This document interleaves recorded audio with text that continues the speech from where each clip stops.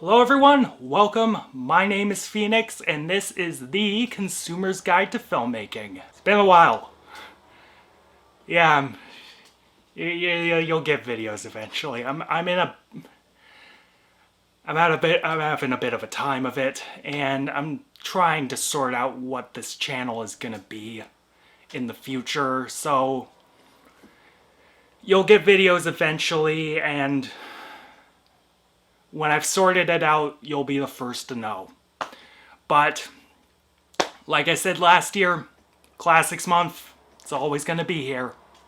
So, let's start it off with some video games. You doing this? I don't fucking know. Anyways, Max Payne 1, 2001, Sam Lake and Remedy Entertainment. Max Payne is a third-person shooter where the player takes control of the titular character of the same name. A hard-nosed DEA agent undercover with the mob, Max is looking into a drug called Valkyr, information on which resulted in the death of his wife and child. When he starts to break open the case, one of his DEA associates is murdered and Max is framed for it. Now on the run, and his cover starting to disintegrate, Max must shoot his way through New York City to uncover. What I meant to say was uncover. Continue. The truth about Valkyr and his family's murder. Man, this is humble beginnings for Sam Lake and Remedy Entertainment with this groundbreaking third-person shooter. However, I feel the age of this game has really shown to me when I played this recently. Now, I first played this game on PC, and I enjoyed it, but I despise WASD controls. So I decided to play the console version and experience it with a controller.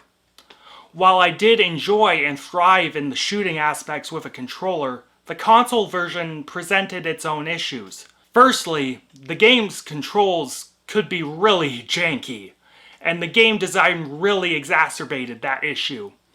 Ignoring the bizarre mapping of the controls, which I could take or leave, Max's movements were just really finicky.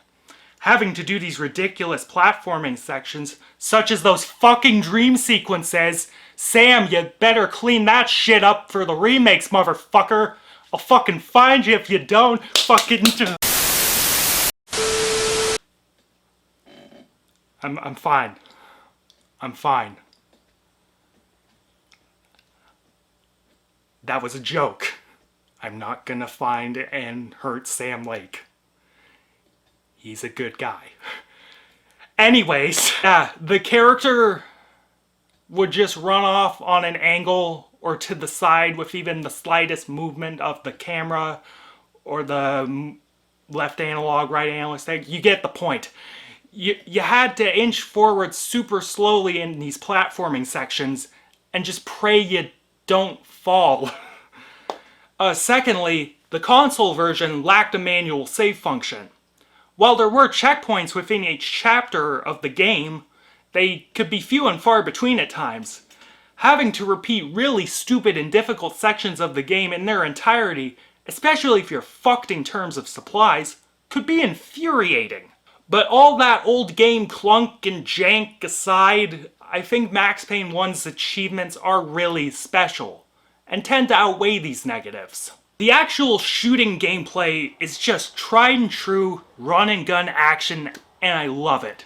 In these regards, the controls and the character movement still hold up. Plus, the use of painkillers for the health recovery mechanic not only adds to the tone of the game, it develops the character really well. But with this game, Remedy did something that would be a staple of shooters for years to come. Bullet time. Incorporating the stylized action of films like Hard Boiled and The Matrix, you can slow down time and or leap through the air in slow motion to mow down enemies with the greatest of ease. Not only does this help with the harder sections of the game, it was incredible innovation to incorporate this into gameplay so seamlessly. When you finish off a batch of enemies, you sometimes get that really big slow-mo camera spin like in The Matrix, and it's just really satisfying. In terms of art style, we really have to break this into two sections. In-game and cutscenes. In terms of the latter, we are treated to comic book pages with voiceover on top of it. On the surface, this choice is really cool, and it adds to the neo-noir style that the game is going for, and allows resources to be allocated to things that would enhance the game rather than detract from it. If we really look at these pages, the magic starts to fade a bit. As quaint as it is, and as cute as it is seeing the dev team and the relatives posing for these character images, the done-up photos look like just that, done-up photos. Further, the lettering for the text was really gross and lazy. Pretty sure it was just blocky text that didn't look anything like a comic panel. Max Payne 2, I believe, really improved on this front, at least. So there's that. And you may hear more about that in the future.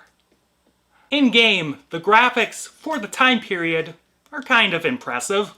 The environments feature tons of detail put into them, and running through these dilapidated buildings and grimy alleys and streets really adds to the dark atmosphere the game builds. The people, though, I mean, for the time, I suppose this was good. They kind of look like people.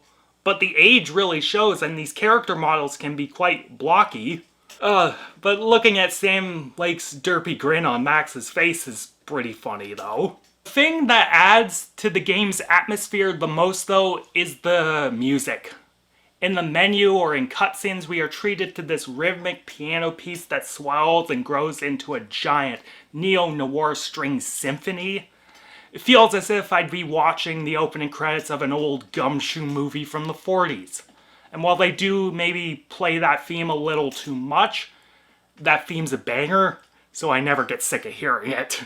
During the gameplay, it's nothing but 2000s action movie music, and it kinda really fits the game.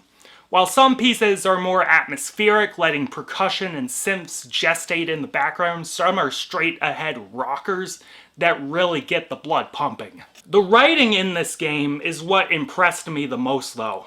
In 2001, I can't really think of a game that featured such a dark, tightly written, and at times incredibly poetic script.